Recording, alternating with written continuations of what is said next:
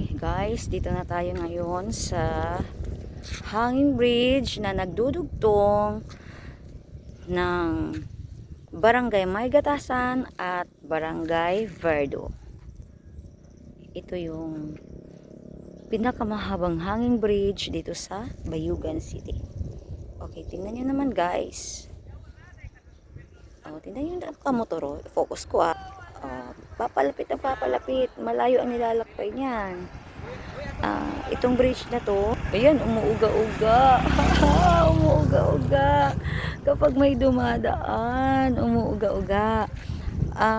Bawal dito ang 4 wheels. Ang allow lang po ditong dumaan or ang allow lang po ditong dadaan mga motorcycle.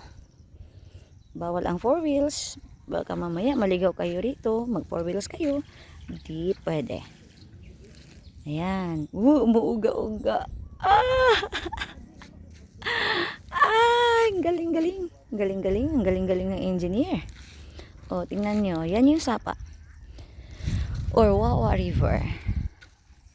Yan ang dahilan kung bakit may hanging bridge. Kasi kung walang hanging bridge, paano makakatawid ang mga taga Verdo papuntang syudad. So, tingnan nyo, guys. Ganda.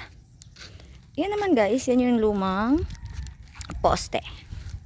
Lumang poste ng bridge. Kasi dati meron na talaga itong hanging bridge. Kaya lang hindi ko lang matandaan kung anong bagyo ang dumaan noon, nasira. Tapos pagkasira, ang mga tao ang ways nila to pass the river is yung tinatawag na gakit. Gakit. Then mga ilang taon din kaya ang gakit na ayan, umuuga-uga na naman kasi may tricycle na dumadaan. Ay, ang kulit. Ganda kaya. See? Tapos patuloy tayo.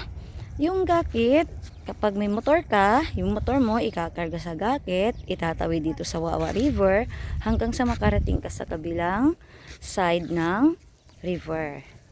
And then, may bayad. Iba ang bayad ng tao at iba rin ang bayad ng motor. 2 yata yung tao, 10 yung motor. Yun. Tapos ngayon, eto na. Nakakadaan na yung mga motorcycle. Bawal ang 4 wheels. Tingnan nyo naman. Ayan, uuga na naman ito kasi may dadaan na naman motor. Yan, umuuga-uga na naman. Guys, nakakatakot pag umuga. Okay, guys. Bye-bye, guys. Sana makapunta rin kayo dito para ma-experience niyo rin ang pag-uuga-uga ng bridge. Bye!